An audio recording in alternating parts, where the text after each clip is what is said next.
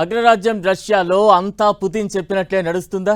ఆయనకు వ్యతిరేకంగా జరిగే ఏ పరిణామాన్ని పుతిన్ సహించరా అంటే అవుననే సమాధానం వస్తోంది. తాజాగా ఇక్కడ మిగిలిన ఏకైక ప్రతిపక్ష పార్టీ యాబ్లోకోపై సుప్రీంకోర్టు నిషేధం విధించింది. ఎన్నికల్లో పాల్గొనకుండా ఆదేశాలు జారీ చేసింది. ఇంతకీ యాబ్లోకో చేసిన తప్పు ఏంటి? ఆపోజిషన్ లీడర్లైనా సరే,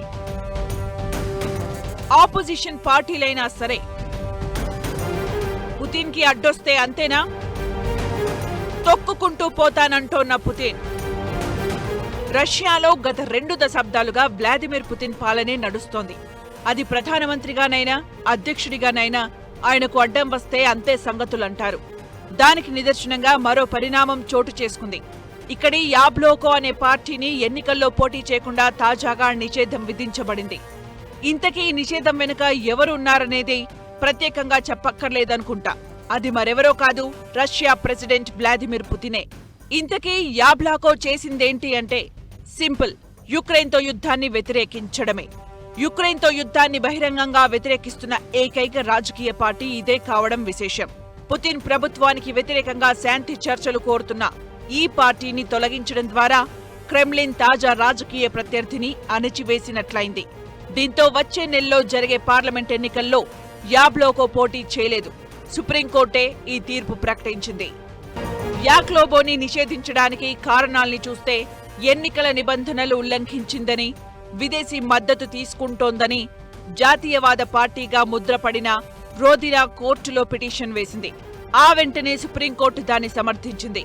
వ్లాదిమిర్ పుతిన్ పాలనలో అసమ్మతి గొంతులను అణచివేసే చర్యలో భాగంగానే ఈ నిర్ణయం వెలువడినట్లు అంతర్జాతీయంగా రాజకీయ వ్యవహారాలను పరిశీలిస్తున్న వారి అభిప్రాయం. పుతిన్ పాలనలో ఇప్పటికే చాలా మంది ప్రతిపక్ష నాయకులు జైళ్లలో మగ్గిపోతున్నారు, లేదంటే దేశం విడిచిపోయారు. ఇక మిగిలిన ఈ ఒక్క పార్టీ కూడా పోటీలో లేకుండా పోవడంతో ఇక సెప్టెంబర్లో జరిగే ఎన్నికలు నామమాత్రంగా మారినట్లే అనుకోవాలి. ఇలా ప్రత్యర్థి పార్టీలను సైడ్ లైన్ చేయడంపై రష్యాలో యువతరం మండిపడుతోంది. దానికి నిదర్శనం సుప్రీంకోర్టు తీర్పు ఇచ్చిన వెంటనే బయట ఉన్న ఆ పార్టీ మద్దతుదారులు భారీగా షేమ్ షేమ్ అంటూ స్లోగన్లు ఇవ్వడమే. అయితే యాబ్లోకో లీడర్ నికోలే రేబ్యాకోవ్ మాత్రం సుప్రీంకోర్టు తీర్పుపై అప్పీల్కి వెళ్తున్నట్లు ప్రకటించారు. ఎన్నికల్లో పోటీ మాత్రమే కాదు, యుద్ధంలో సంభవించే మరణాలను ఆపడం, శాంతి నెలకొల్పడం కూడా తమ పార్టీ లక్ష్యంగా ప్రకటించారాయన. ఈ యాబ్లోకోకి రష్యాలోని కొందరు మద్దతు మాత్రమే కాదు, విదేశాల్లో తలదాచుకుంటున్న రష్యన్ లీడర్ల సపోర్టు కూడా ఉంది. వారిలో మాజీ ప్రతిపక్ష నేత నావెల్నీ భార్య యులీనా నవల్నియా ఒకరు.